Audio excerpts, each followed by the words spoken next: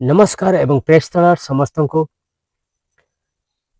मु भाई विमल कुमार आ गोटे वीडियो रे the family of Christ YouTube channel तरफ पर आपण मन को समस्त को क्रिस्टमास पई आज बहुत लोक आज सारा पृथ्वी रे लोक माने आज क्रिस्टमास पई आनंदित अटंती आपण को पई आनंदित अटंती आमे जो प्रत्येक क्रिश्चियन लोक माने आमे क्रिस्टमास को पालन करिथाउ डिसेंबर 25 को प्रश्न थाए आमे डिसेंबर 25 को पालन करिथाउ ना जीशुंकर जन्म दिवस को पालन करिथाउ କିନ୍ତୁ ଏ ବିଷୟରେ ଦେଖିବା ଯେ ଅନେକ ଲୋକମାନଙ୍କ ପାଖରେ ଗୋଟିଏ ଉତ୍ତର ଥାଏ ଆମେ ଯୀଶୁଙ୍କର ଡିସେମ୍ବର 25 କୁ ଆମେ ପାଳନ କରୁଛୁ ପଚରାଯାଏ ଆଉ ଦିଦି କ'ଣ ପାଇଁ ଘର ଲିପୁଛନ୍ତି ସବୁ ସଜାଉଛନ୍ତି ଡେକୋରେସନ କରୁଛନ୍ତି ନାଇଁ ଡିସେମ୍ବର 25 ପରା ଡିସେମ୍ବର 25 ପାଇଁ ଆମେ ଆନନ୍ଦିତ ହଉଛୁ କେତେ ଦୂର ଆମେ ଠିକ କରୁଛୁ ଆମେ ଡିସେମ୍ବର 25 ତାରିଖକୁ ଆମେ ପାଳନ କରୁଛୁ ना आमे जीशुंकर जन्म दिवस पालन करूछु ना आमर जीशुंकर परित्राण को आमे पालन करूछु देखंतु आज समस्तଙ୍କ पाखरे उत्तर थाए जे डिसेंबर 25 रे केवल आमे को पालन करथाउ पर्व जो पर्व कि हमको डिसेंबर 25 तारिख रे जे जीशु 25 तारिख रे जन्म होइछंती किना ये अनेक एक्सप्लेनेशन दैछंती के को प्रकार देउछंती हमें सेतिर तो कंफर्म नुहे तथापि जीशु जदि जगत को जन्म नहीं जगत रे जन्म नहीं निश्चय निर्दिष्ट एक दिन कि तारीख रे जन्म नहीं हमें विश्वास अच्छी आम पाखे दृढ़ता किंतु आमे जो प्रति वर्ष जीशुंकर जन्म दिवस को पालन करू ना डिसेंबर पर्व को पालन करूँ ताहले आमे को उद्देश्य पालन करने दरकार आमर अनेक भाई माने डिसेंबर 25 आसिले मु एमती ड्रेस किनिबी आ एमती गोटे फूल गोटे तारा चिन्ह माने गोटे बॉल लागि थिबो सेटा आनिबी डिजाइन बॉल टा आनिबी डेकोरेशन एमती सजेबा ए वर्ष मेलोडी शिखिबा ये सब डिसेंबर 25 पर्व रे नाही आमे डिसेंबर 25 पर्व को पालन करी आमे जीशुंकर जन्म दिवस को पालन भी करी न भावी आमे जीशुंकर परित्राण विषय को आम पालन करने दरकार एवं देखु ये अनेकंकर प्रश्न मु तो कहली तो उत्तर ए गोटे मात्र थाए कारण से माने जहाँ शुणी आम एति जाचु बोली कहते आम बाइबल देखा जे जीशु जड़े जिसाय 9:6 से पराक्रांत शांति राजा जन्म नहीं आम आनंदित होगा आवश्यकता रही आम एक कथार जदि देखा जीशु जन्म नहीं डिसेंबर 25 तारिख रे जीशु जन्म नहीं सारे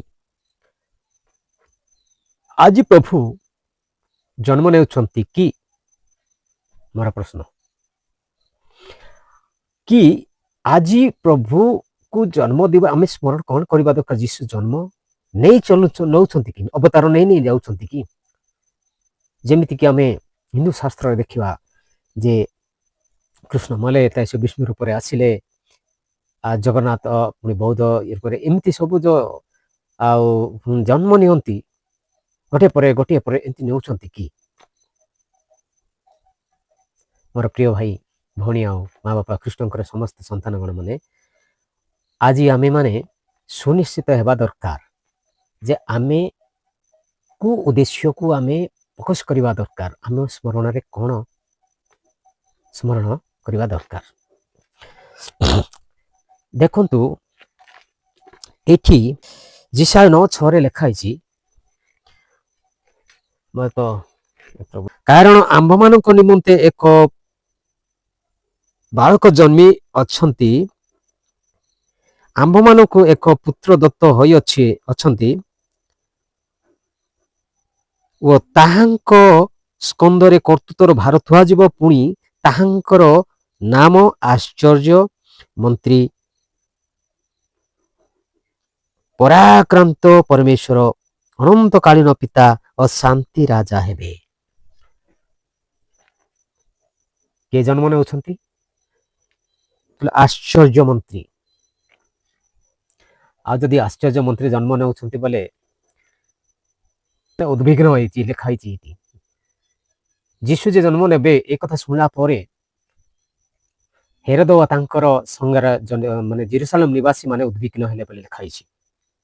କୋଉଠି ଆମେ ଦେଖିବା ପାଇବା ମାଥ୍ୟୁ 2 3 ପଦରେ, ଏହା ଶୁଣି ହେରୋଦ ଓ ତାଙ୍କ ସହିତ ସମୁଦାୟ ଜେରୁସାଲେମ ନିବାସୀ ଉଦ୍ବିଗ୍ନ ହେଲେ। ସିଏ ପରାକ୍ରାନ୍ତ ଆଶ୍ଚର୍ଯ୍ୟ ମନ୍ତ୍ରୀ, ବିକ୍ରମଶାଳୀ, ଶାନ୍ତି ରାଜା, ପୁଣି ଆଶ୍ଚର୍ଯ୍ୟ ମନ୍ତ୍ରୀ, ପରାକ୍ରାନ୍ତ ପରମେଶ୍ୱର, ଆଶ୍ଚର୍ଯ୍ୟ ମନ୍ତ୍ରୀ ପୁଣି ପରାକ୍ରାନ୍ତ ପରମେଶ୍ୱର, ଅନନ୍ତକାଳୀନ ପିତା, ଯାହାଙ୍କର ଅନ୍ତ ହିଁ ନାହିଁ, ଅନନ୍ତକାଳୀନ ପିତା ସେ ଜନ୍ମ ନେଉଛନ୍ତି ଏବଂ ଶାନ୍ତି ରାଜା ହେବେ।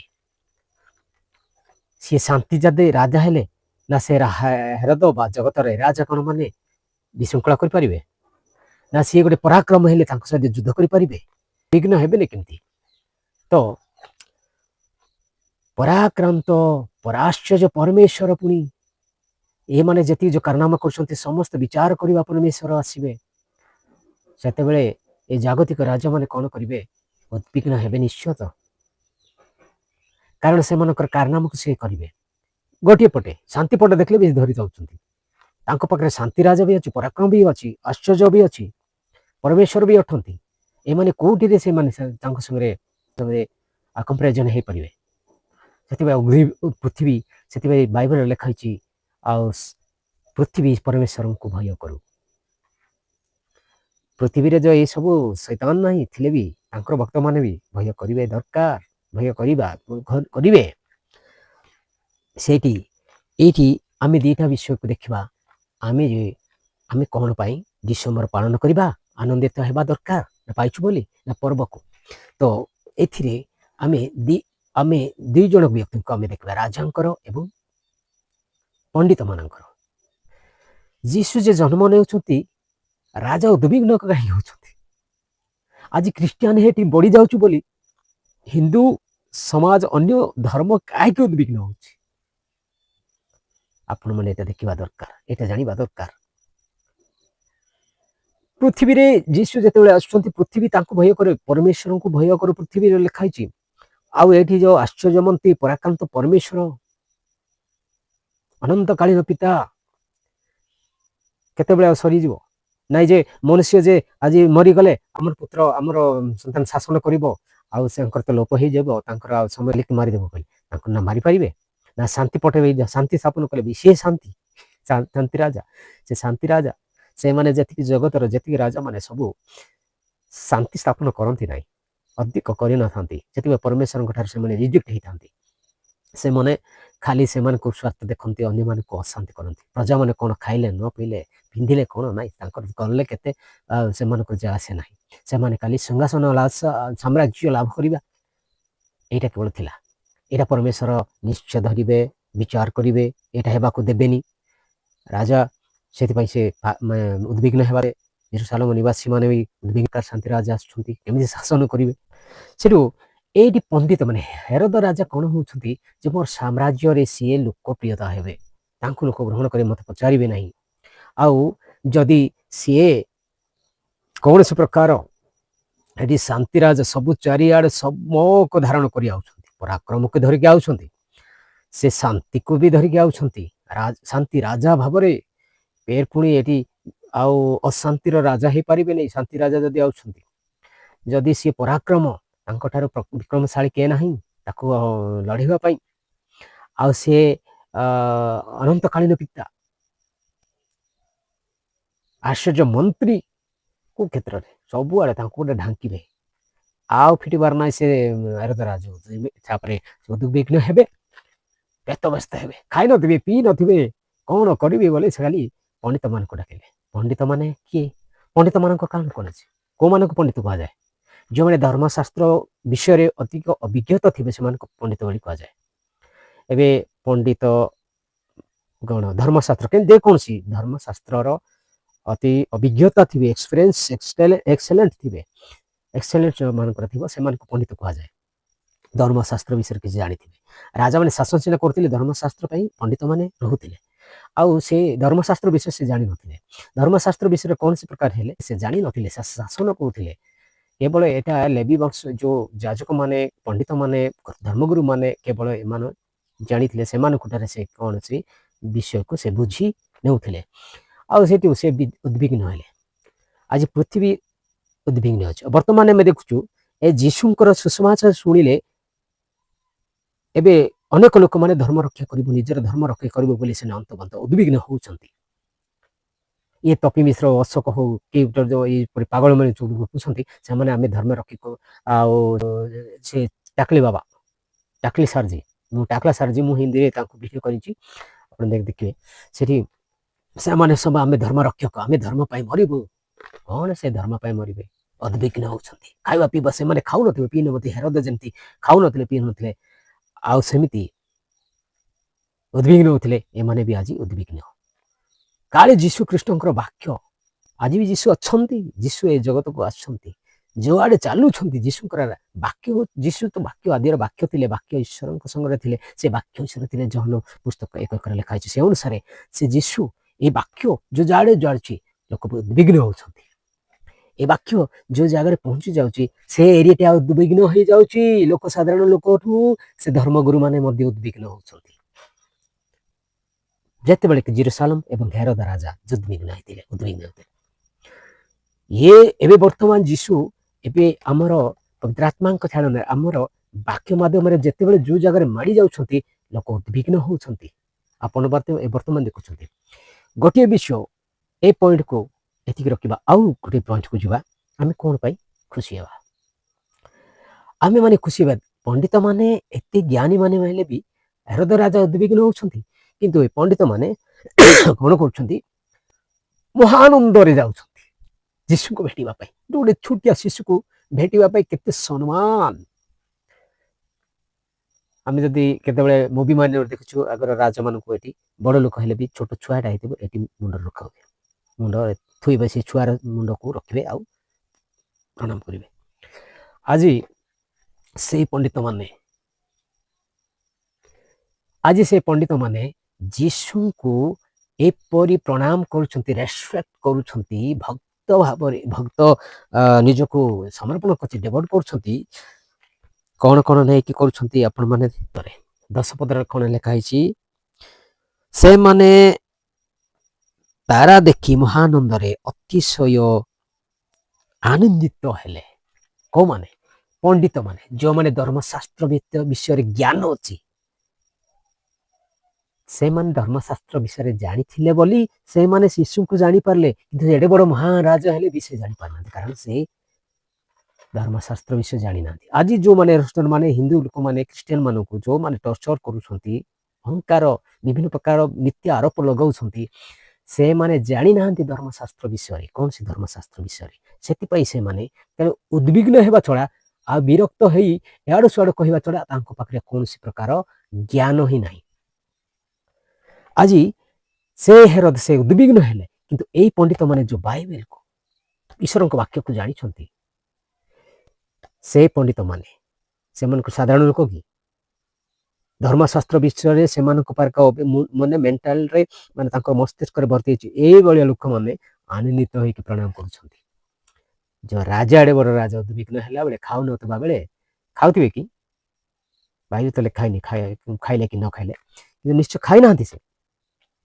बड़े साम्राज्य को से हरैबा से तांकर गोटे भावना थिला हरै जीवी बोली से तांको हत्या करबा व्यवस्था करियो एटा धर्मशास्त्र आगरे हिथिला एटा जीशु जणे आसीबे 3 दिन रो उठिबे ए कथा लिखाई थिला जीशु भी कहिथिले ए गृह को जदी ए पार्थिव गृह को जदी मु 3 दिन रे जोड़ीबी ए गुडा को से माने बुझी पारले नै विभिन्न प्रकार आरोप लगेले तांको हत्या करबा षड्यंत्र कले एठी हमें देखिबा महापंडित माने एठी आनंदित करछंती आ गोटे पक्षरे राजा उद्विग्न होछंती खाउनाती पिउनाती उपास रहउछंती टेंशन रे बढ़ी जाउछंती किंतु आज हमें जीशु जे परित्राण करता जन्म नहीं बोले पंडित माने केमिति से माने प्रभु सेठू माने समस्त विषय जानी छंती चाटी छंती निजे ज्ञान अर्जन करी छंती से माने कोन प्रभु आछि बेले से माने चिनी पारु छंती से चिनी पारले नै आज हम माने प्रिय माने प्रियगण प्रभुकर संतान गण माने मोर माने अनुरोध आज डिसेम्बर 25 को आम पालन करबा बदल रे आम परमेश्वर परित्राण को अपेक्षा करबा परमेश्वर परित्राण करता आम तांकोटार विश्वास करबा प्रभु ସେହିଦିନ ଜେରୁସାଲେମ ମନ୍ଦିରରେ ସେ ଜନ୍ମ ନେଇଥିଲେ। ଆଜି ସେହି ଆମମାନଙ୍କ ମନରେ ଜନ୍ମ ନେଉଛନ୍ତି। ପ୍ରଭୁ ଆମମାନଙ୍କ ହୃଦୟରେ ଜୀବନରେ ଜନ୍ମ ନେବାକୁ ଚାହୁଁଛନ୍ତି। ସିଏ ଜେରୁସାଲେମରେ ଜନ୍ମ ନେଇଥିଲେ। ଆଜି ଆମମାନଙ୍କ ପ୍ରତ୍ୟେକ ହୃଦୟରେ ଜନ୍ମ ନେଉଛନ୍ତି। ଜେରୁସାଲେମ ବେଥଲେହେମରେ ଜନ୍ମ ନେଇଥିଲେ। ଆଜି ଆମମାନଙ୍କ ପ୍ରତ୍ୟେକ ଜୀବନରେ ଅଙ୍ଗ ପ୍ରତ୍ୟଙ୍ଗରେ ଆମମାନଙ୍କୁ ଜନ୍ମ ନେଉଛନ୍ତି। ଆମେମାନେ ସେଥିପାଇଁ ପରମେଶ୍ୱରଙ୍କୁ ଆମେମାନେ ଅନୁମତି ଦେବା ଦରକାର। ପରମେଶ୍ୱରଙ୍କୁ ଅନୁରୋଧ କରିବା ଦରକାର, ପ୍ରଭୁ ଆମମାନଙ୍କ ଜୀବନକୁ ଆସ, ଆମକୁ ଜୀବନରେ ତୁମେ ଜନ୍ମ ନିଅ। ଆଉ ସେଇଦିନ ମରିୟମଙ୍କ ଗର୍ଭରୁ ଜନ୍ମ ହେଇଥିଲେ। ଗର୍ଭ ଜନ୍ମ ହେଇଥିଲେ, ପବିତ୍ର ଆତ୍ମାଙ୍କ ଦ୍ୱାରା ଜନ୍ମ କରିଥିଲେ। ଗର୍ଭରୁ ଜନ୍ମ। ଆଜି ପ୍ରଭୁ ଆମମାନଙ୍କର ହୃଦୟ, ମନ, ଜ୍ଞାନ, ପ୍ରାଣରୁ ଜନ୍ମ ନେଉଛନ୍ତି। ଆମେ ଏହି ବାକ୍ୟ ଯୋଉ କହିବା, ପ୍ରଚାର ପ୍ରସାର କରିବା, ଅନ୍ୟମାନଙ୍କୁ କହିବା, ସେଇ ଜାଗାରେ ସିଏ ବାକ୍ୟ ମାଧ୍ୟମରେ ଜନ୍ମ ନେଲେ। ଆଜି ମରିୟମ ଗର୍ଭରୁ ସେ ଜାତ ହେଲେ, ସମସ୍ତଙ୍କ ଉଦ୍ଧାର ପାଇଁ ପ୍ରକାଶିତ ହେଲେ।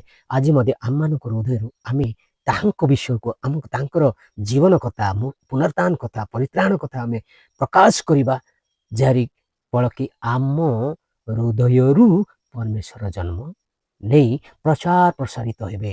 ତାଙ୍କର ବାକ୍ୟ ପ୍ରଚାର ହେବେ, ପ୍ରତ୍ୟେକ ଅଞ୍ଚଳରେ ସେ ଜନ୍ମ ନେବେ। ଆଉ ଜେରୁସାଲେମରେ ଯୋଉ ଜନ୍ମ ନେଇଥିଲେ, ଆଜି ଆମମାନଙ୍କ ଅନ୍ତରରେ ଜନ୍ମ ନେଉଛନ୍ତି। We must call Jesus Christ to enter in our heart, to burn in our life. We must welcome to him.